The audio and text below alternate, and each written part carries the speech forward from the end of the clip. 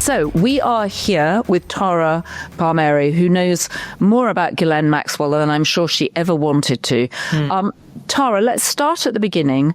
As we speak, Ghislaine is in a Florida jail. In 2022, she was sentenced to 240 months in jail, so 20 years in jail for sex trafficking.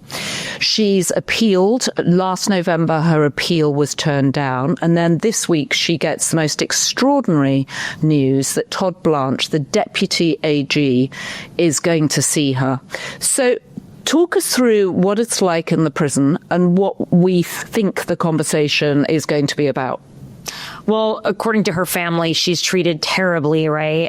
They're really fighting for her conditions in the prison to be better. They say, oh, she can't sleep. The light is shown in her eyes. She's treated poorly. And, they've long been saying it's been unjust, that she's been a victim the entire time, that she's been innocent. And that's why she refused to testify in her own case. She's not exactly the most sympathetic character. Why would anybody who's innocent refuse to testify in their own case? Well, I don't think she would do well on cross-examination, number one. Number two, I don't think the jury would be sympathetic to her. She's a woman who is obviously comes from a high class. She's, Oxford educated, multiple passports, lived a high-flying lifestyle. And the fact that she was even spending time with these young girls who did testify is just plain creepy and weird. And it's hard to explain why she has a relationship with children outside of ones that are related to her, right? The jury found no question about it that she was his literally partner in crime. Yes. And she assaulted a lot of the girls. I mean, she did that herself. She was with him, sexually assaulting them on top of grooming them.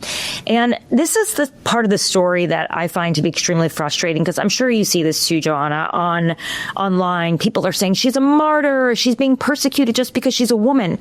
But when I talk to a lot of the victims of Jeffrey Epstein, so many of them are actually even more angry at Ghislaine Maxwell than they are at Jeffrey, because they feel that she used the fact that she was a woman to lure them in. Because little girls don't just show up on a 50-year-old man's doorstep. They were brought in by a woman who not only was posh, well-educated, elegant, spoke well, showed interest in them, wanted to show mentorship, promised them that she could fulfill their dreams. I mean, one of the girls was at Interlochen. I mean, they were trying to become models and singers and actresses, and they were young girls who believed that the world was in front of them, and Ghislaine Maxwell was this well-connected person who could do anything to make their dreams come true. And instead, she trapped them. She brought them over to Epstein. And I think it's sort of lost in this whole story that this entire massive sex trafficking operation that expanded to as many as 1,000 victims was not possible without her at the top of the pyramid. Now, there were other recruiters below her, but if I look at this, I look at it as a pyramid, and Ghislaine Maxwell is at the top. She was running the operation. This was a criminal operation. And I want to read actually what the U.S. Attorney General for the Southern District of New York, Damian Williams, said when she was sentenced. Today's sentence holds Ghislaine Maxwell accountable for perpetrating heinous crimes against children. This sentence sends a strong message that no one is above the law and it is never too late for justice. And then he goes on to express his gratitude that the victims came forward and talked about what were clearly extremely disturbing crimes. This was not a crime of passion. It was well thought out, premeditated ways of enticing and cajoling young women into a web which they were then unable to get themselves out of. Absolutely. And the way that she openly bragged to people about Jeffrey's 24-hour erections and his need for multiple orgasms per day, 3 per day, and that she was out there, she would get in her car. Maria Farmer, I spoke to yesterday, and she was recalling to me how she would get in the car with Ghislaine Maxwell. Ghislaine had this cute little Yorkshire Terrier, Max, right? It makes sense, right?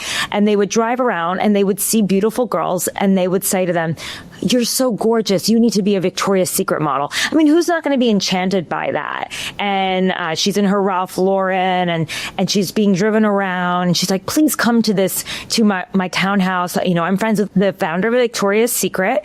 But before that, in the morning, Maria remembers her screaming, I need to get the nubiles. I need to get the nubiles. I mean, this was a thing that she did every single day. This was what she picked up Virginia Roberts Giuffre on the property at Mar-a-Lago. She went there, found her. Juan Alessi, who was the houseman who I interviewed, recalled being in the car, sweating, waiting for Ghislaine to go out there, pick this girl out, bring her, and make sure she gets back to the house, by the evening. So she would boast that she could introduce them to the founder of Victoria's Secret, Les Wexner, which is true because they were friends, and that they just had to go for an audition at Jeffrey Epstein's house in the Upper East Side. And these girls would come and they would meet and then leave hysterical. And many of them obviously never to come back. Some sadly did. But there was a whole mental manipulation in it all as well. I mean, Ghislaine Maxwell was critical to getting these girls in the door. Jeffrey Epstein couldn't walk around a park and go to young girls and say, do you want to be a model? Yeah, of course not. That would be creepy. The girls would think, oh, I'm not going to do that. She gave him cover. It reminds me actually of a terrible mass murderer in the UK called Fred West, who used his wife Rosemary. They would cruise around in a car, look for young women, often standing at bus stops, and she would lean out of the window and say, oh, can we give you a lift? And somehow people would be reassured that because she was a woman, there would be no danger here. And of course, the two of them were terrible sadists and murdered a whole host of young women. Absolutely. I mean, her class, her wealth, her just everything about her connections, and with Virginia Giuffre, it was Ghislaine Maxwell driving around in a car with a houseman. She sees Virginia Giuffre at Mar-a-Lago, walks up to her. Virginia says, I want to be a massage therapist. Ghislaine says, I can make your dreams come true. I'll get you massage therapy. Come to Jeffrey's house. We'll teach you how to give massages. What happens? She goes into the home and she's assaulted not just by Jeffrey Epstein, but by Ghislaine as well.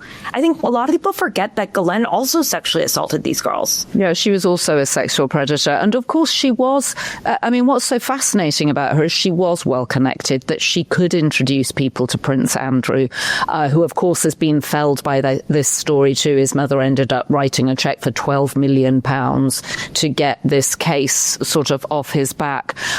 So let's talk a little bit more about how did Ghislaine meet Jeffrey Epstein and how did she become a fixture on the sort of New York party circuit? That's a good question. So it's still unclear, to be clear. We have never gotten down to the bottom of how they met, but we do know that Robert Maxwell, while he was still alive, knew Jeffrey Epstein. There's a picture of them together in the Plaza Hotel during when Robert Maxwell was still alive.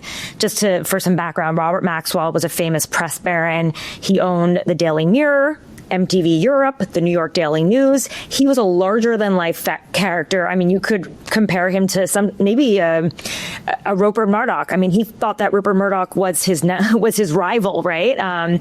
He was kind of like a Logan Roy character from Succession, came from nothing, from a shtetl in Central Europe, and he rose up from nothing.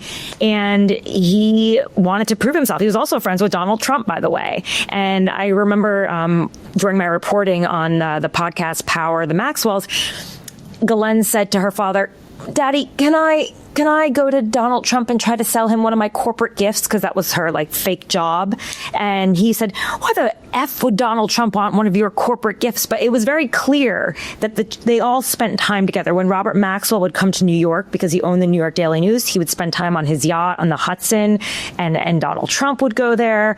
And it all seemed like they were kind of spiraling in the same circles. What we do know, though, is that when Robert Maxwell died shortly after, Ghislaine Maxwell ended up in New York City. And that was where she started her life after living in London as a socialite. And we know that she did not live in poverty, even though her father had robbed the pensioners at the Daily Mirror. I mean, that's part of the... Right. It's important to remind people who aren't as on top of the story as perhaps you are, that her father turned out to be an extraordinary con man. extraordinary con man. I mean, and hiding in plain sight, a bit like Jeffrey Epstein, surrounded by very influential, important people who didn't understand, or at least didn't appear to understand, that he was robbing the pension fund of the newspaper group, the Mirror Group, and stole £500 million. And this was 25 years ago. So an extraordinary amount of money. This podcast was produced by Devon Rogerino, Anna von Ursen, and edited by Jesse Millward.